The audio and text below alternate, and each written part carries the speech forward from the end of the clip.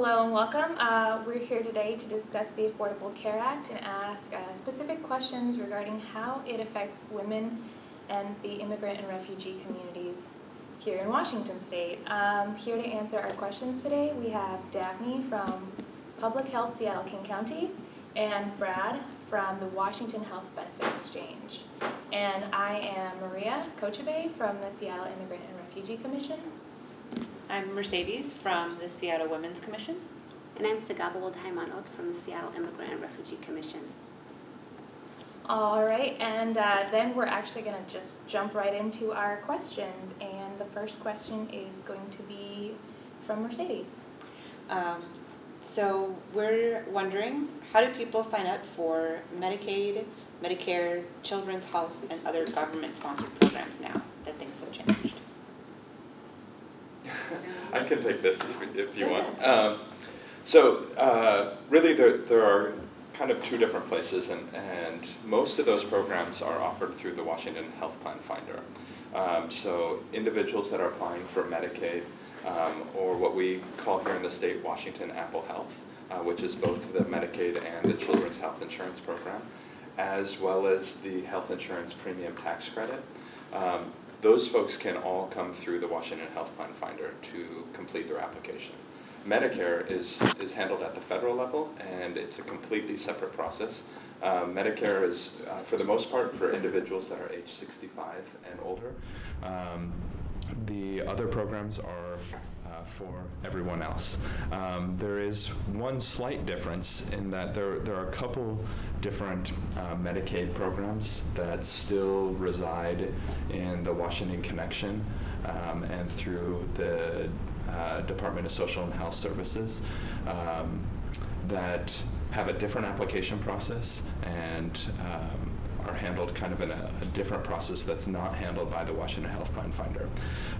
Those are programs that are related to SSI, Social Security Income Related Medicaid, and Medicaid for aged, blind, and disabled populations. When someone comes to the Washington Health Plan Finder application, if they start that application and we determine that they may be eligible for one of those other programs, we actually refer them to Washington Connection where they can complete those applications. Great, thank you. And so a follow-up question to that is for TANF families, those who are on temporary assistance for needy families. What do they need to do to now maintain their benefits? So what they need to do is they need to apply at wahealthplanfinder.org. So they can no longer walk into the local CSO office or community service offices to do their renewals. They have to create an account, and then they have to do their renewal online. Great, thank you.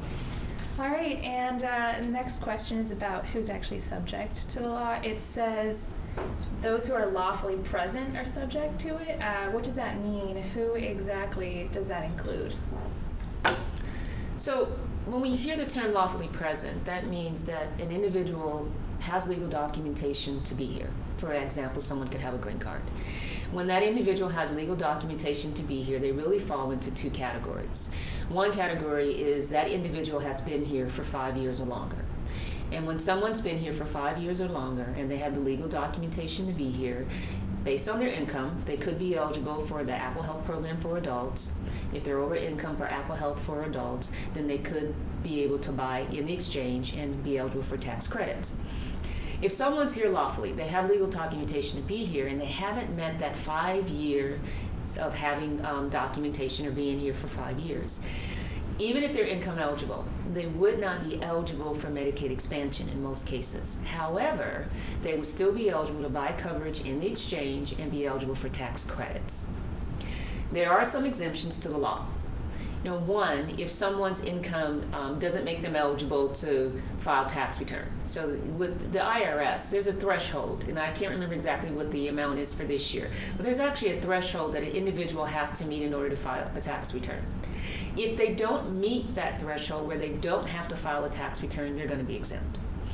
Native American and Alaska Natives are exempt from the law. People who are incarcerated are exempt from the law. And in some cases, people who have religious objections are exempted from the law. All right, thank you. I guess just kind of What about people like foreign exchange students and things like that? Would they also be subject to it? Again, it's going to be based on what legal documentation do they have to live here. That is really critical to eligibility, is what kind of documentation do they have. So there's some people that come and they may be on a student visa. They may be on a visitor visa. In those cases, in most of the times, they're not going to be eligible because they have to have that legal documentation that shows that they have legal residency to be here. A student visa, a visitor's visa, it's a visitor's visa. It's a temporary that gives them legal access to be here, but it doesn't meet the requirements of the law. All right, and what about Dreamer eligible children? So Dreamers, under the law, the Dreamers, although it says that under the federal law that they would be able to be lawfully present in the U.S., at this point, they still would not be eligible under the Affordable Care Act. So if they're only eligible for it but haven't qualified, then they cannot enroll? Except for children. So there's always been a program for children. So if there's someone who has not reached the age of 19, they're going to be eligible for one of the children's program. If it's a pregnant woman and they meet income requirement, then there would be coverage for a pregnant woman. Okay. And that's regardless of their immigration status. And that is pregnancy and 2 months postpartum? Right. Right. So to follow up that question, we are wondering what sort of information would undocumented parents need to sign their children up? So they still go through Washington Health Plan Finder to become eligible. And when someone's undocumented, all they would need is the name and their birthday. They would not need a social security number. They would not need that information to apply. And as you may know, the way the system is set up, it's set up to verify information, set up to verify income, it's set up to verify through Homeland Security. However, when a person is undocumented, that information is not sent to Homeland Security to verify citizenship. So when an undocumented person sets up an account in Washington Health Plan Finder, they would indicate, it says, are you a citizen? No. The next question is, do you have legal documentation to be here? It says no. At that point, the information is not sent to Homeland Security, so that information is not verified, and then they would go through the process to be approved through Health Plan Finder. Okay, thank you. And another question is,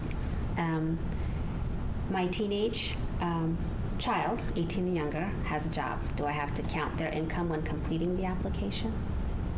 So it really depends on how much money that teenager makes. If they are required to file a tax return based on the amount of income that they make, which I don't know exactly what it is this year. It's typically around $5,800 or $5,900 a year, but it increases every year. If they are required to file a tax return, then that income would be required to be reported on their application. If they are not required to file a tax return, then it's not required. And really the reason that we ask for these questions up front is the tax credit and the determination for Washington Apple Health. The Washington Apple Health application is a real-time determination. We make the health plan finder process and the systems make a determination based on their situation currently. The tax credit, on the other hand, is an advance determination of what their tax credit will be when they file their taxes at the end of the year. The tax credit is paid up front, so it's paid on a monthly basis, and it's paid from the federal government directly to the health insurance company to reduce the cost that the individual has to pay for their health insurance plan. So let's take a hypothetical example. Let's say that someone is buying a health insurance plan that costs $300 a month, and they are eligible for $100 a month tax credit. What happens is that individual will make a $200 payment to the Washington Health Plan Finder. Mm-hmm. We turn around and take that $200 and send that on to the health insurance company. We also will notify the federal government to pay $100 to that health insurance company as well to make up that full cost of the premium. So the individual will, at the end of the year, will receive some information from the Washington Health Plan Finder. And when they go and file their taxes, they'll report the amount that they were eligible for and the amount that was actually paid to the insurance company on their behalf.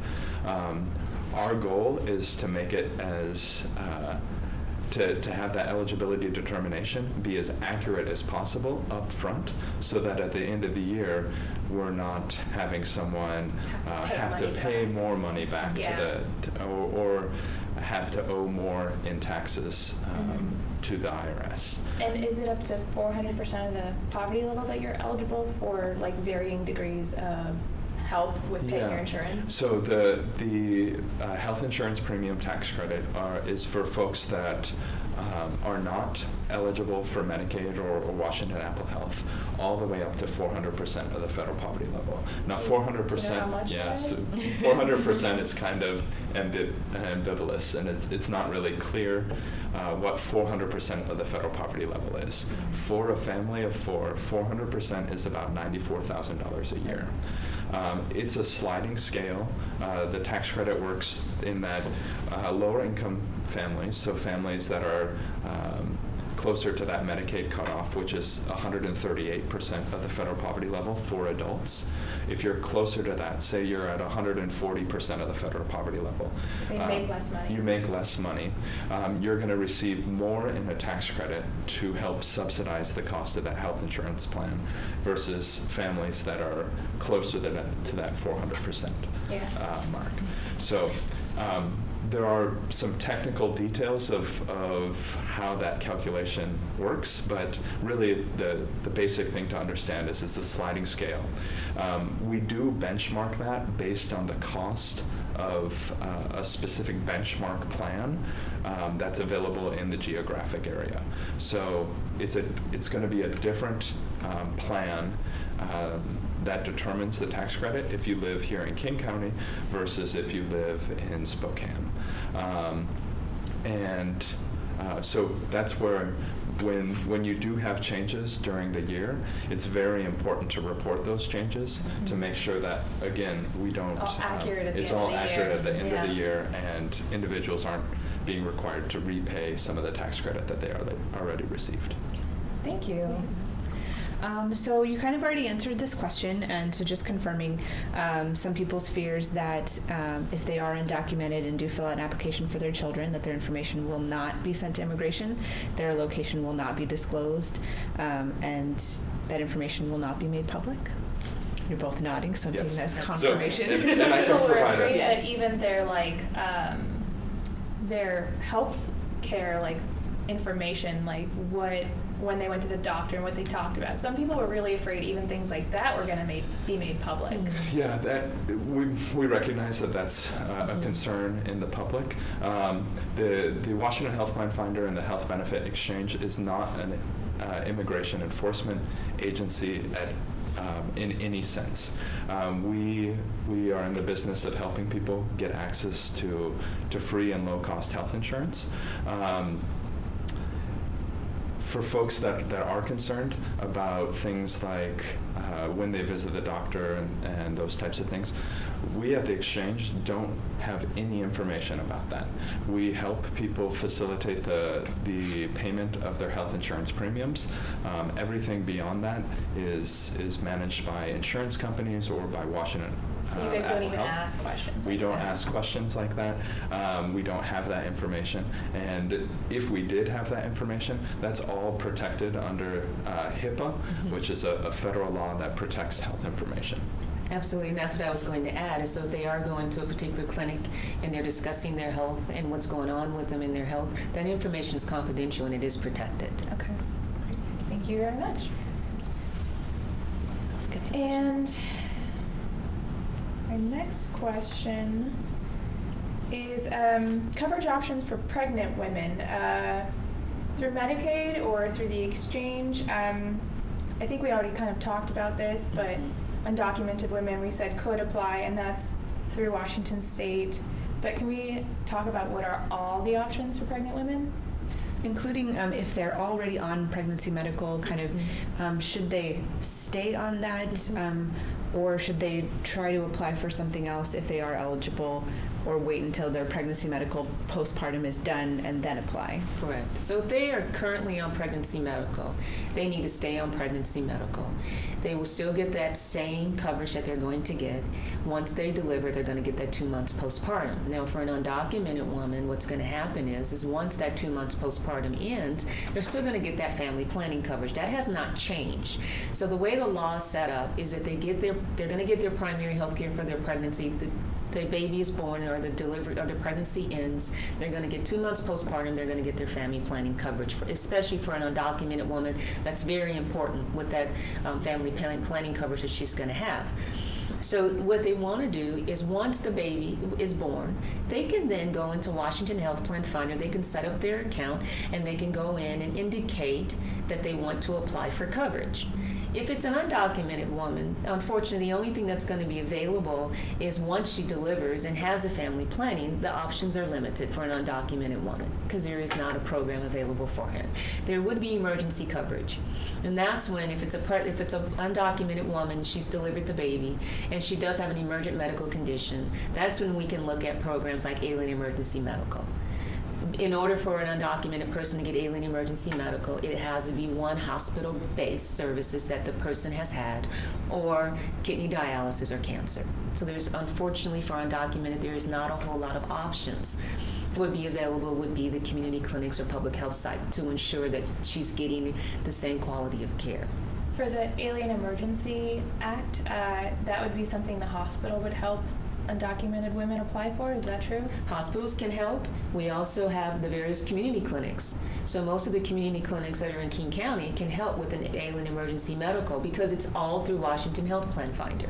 So we would still apply through Washington Health Plan Finder. It becomes more of a two-step process because what we do is we enter the information to Washington Health Plan Finder, and it's going to determine eligibility based upon income. We then, the step 2 of that is what makes it an alien emergency medical, what makes it an emergent medical condition. That's when we have to get documentation, submit the documentation through Health Plan Finder, and then get it approved through Health Plan Finder. For lawfully present women, though, when that baby is born, they still have the 2 months. Should they go ahead and not wait out the 2 months? They should apply right away? Apply right away, absolutely, because then what's going to happen, they'll get their 2 months postpartum, and then they can apply for coverage beyond the 2 months postpartum. And that would be the best process, because they're going to get the coverage, they have the coverage, that's not changing. So once a woman is pregnant, whatever door she comes through Washington Health Plan Finder, be it undocumented or they're here, they have legal documentation to be here, the coverage is going to be the same.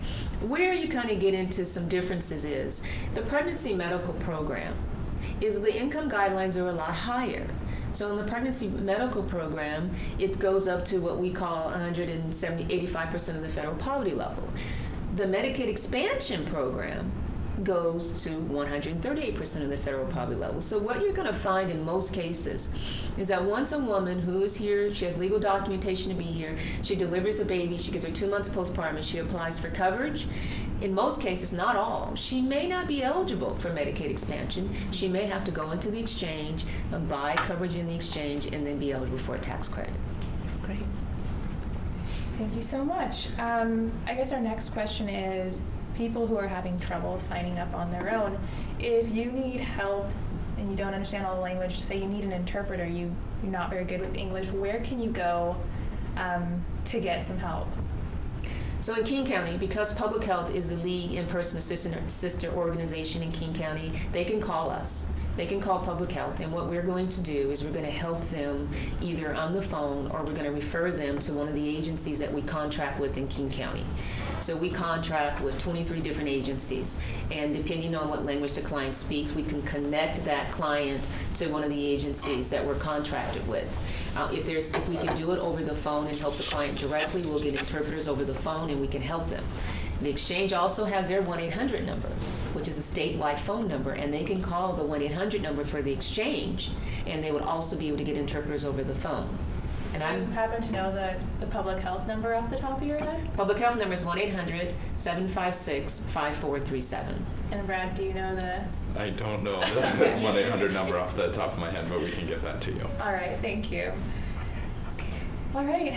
So the other question we had was about applying for coverage.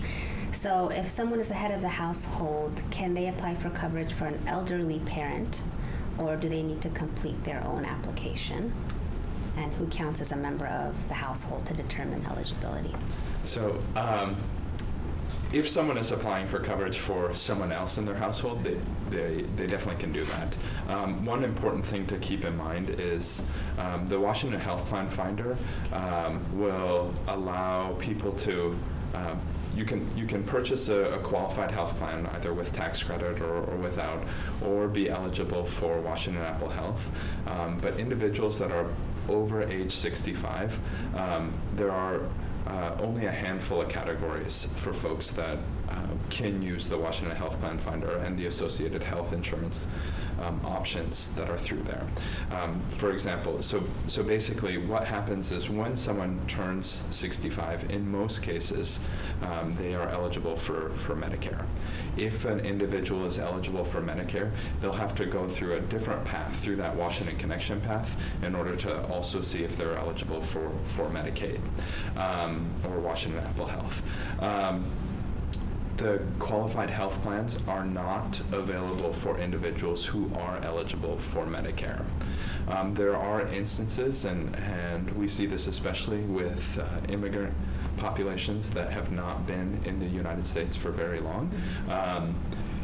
Those individuals may not be eligible for Medicare, in which case they can be eligible to purchase a qualified health plan with the health insurance premium tax credits. So they can purchase with a tax credit that will help subsidize the cost of that health insurance plan.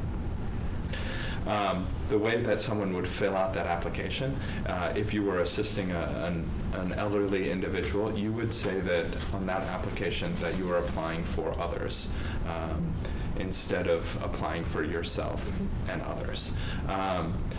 You would go through and fill out that application, include the information for the individuals that are seeking coverage on that application, in this case an elderly parent or parents, and would complete that application. They could also, if they wanted to, complete that application on their own, and you can complete an application through a few different ways. First, they can go to wahealthplanfinder.org, which is probably the easiest way for many folks to complete the application. You can also call our customer support center. You can complete a paper application, or about 30% of our applications are completed by in-person assisters, folks like King County Public Health and other organizations that are partnered.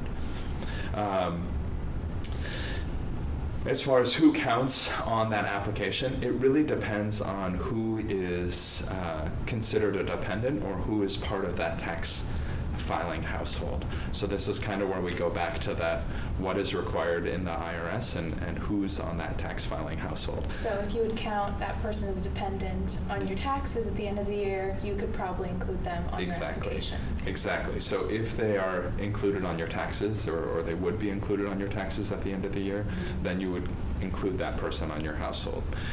One important thing to keep in note, you want to include all of the members that are part of your tax filing household, regardless of whether they are seeking health insurance coverage or not. There's a box of whether to note whether they are seeking health insurance coverage. And the reason for that is it impacts the tax credit. So if you have a household of, say, 5 people, but one person gets health insurance through their employer, having a household of 5 people will be used in that calculation of the federal poverty level, and will make that household with the same income have a lower federal poverty level, and therefore a higher tax credit amount, even though that individual is not seeking coverage. Good to know. So just one more question before we get to I think our last question, is a lot of people in the immigrant and refugee rights community, as well as in the low-income neighborhoods, a lot of people don't have bank accounts or electronic forms of making payments, and we know that on the exchange your first payment is expected to be electronic. So are there ways for people to do that? Could you use something like a prepaid credit card in order to do it if you needed to? What are the options for making that first payment? So why don't I start, and then I'll let you talk about what you're doing specifically in King County. So we recognize that this has been a challenge for many individuals. We are also looking to change that process in the future. So we imagine that by towards the end of this year, we will be able to allow paper checks and money orders to be part of that first payment, which we think will hopefully help individuals that are unbanked and unbanked populations. We've also worked, and I have to give a lot of credit to the King County Public Health because they have done an amazing job developing some creative options. So I'll let Daphne talk about that specifically. Thank you. We have partnered with Bank on Seattle King County and Key Bank to ensure that people that they are unbanked would be able to go into a Key Bank, and if they've gone in Washington Health Plan Finder and they know that their premium that they have to pay is $50, they don't have a credit card, we can actually give them one of these coupons and they can go into Key Bank, and Key Bank would actually then give them a debit card just to pay for their premiums, and there's no charge for it. So if they walk into Walgreens or to one of the other stores or even Safeway and they buy a Visa gift card, built into the Visa gift card is normally a fee. Right. In these cases, there's no fee with Key Bank. And so we can give these out, and this would allow them to take that premium. If it's $50 a month, go into Key Bank, hand them the card, they give them a $50 gift card, and then with that $50 gift card, they would then be able to go back, log into Health Plan Finder, and pay for their fee. The next month when they get the bill, they could do a money order, and then they can pay their next month's premium. In order to get these cards, they can call our 1-800-756-5437. We'd be happy to send them a card, or one of our community-based agencies that are contracted with us. I'd be happy to send that list to you all, and they could contact one of those agencies, and they'd be able to get one of the cards. Great. Awesome. Thank you so much. And our final question is, when is the last day to enroll this year through the exchange? So the last day to enroll through the Washington Health Plan Finder is March 31st at 11:59 p.m. You have to complete your plan selection and your payment at that point in order to be part of the open enrollment. Now, there are a series of different special enrollments, basically qualifying events that allow someone to enroll at different times during the year. So if during the year you lose your coverage, you have a change of circumstance that makes you no longer eligible for Washington Apple Health, then you can come in and select a plan and make that purchase anytime during the year. One important piece to note, anyone who is Washington Apple Health eligible, there is no open enrollment period. You can come in at any time during the year and be determined eligible for Washington Apple Health. So if someone has a health insurance need after March 31st, we encourage them to come to the Washington Health Plan Finder site to call up our customer support center or go visit an in-person assister. They'll walk them through the application. Based on their eligibility, we may say, yes, you can purchase a plan now because you have a qualifying event. You may be eligible for Washington Apple Health, or we may say the next time open enrollment begins is in November. And I just do want to add is that we do have over 100 different enrollment events scheduled for the month of March. And at our website, kingcounty.gov/coverage, you can click on Find a Location, and you'll get the 100 different locations where people can go evenings or weekends in order to be enrolled. Thank you so much, both of you, for coming today. We really appreciate you taking the time to talk to us about all of this. And I think that concludes it. Thank you for watching.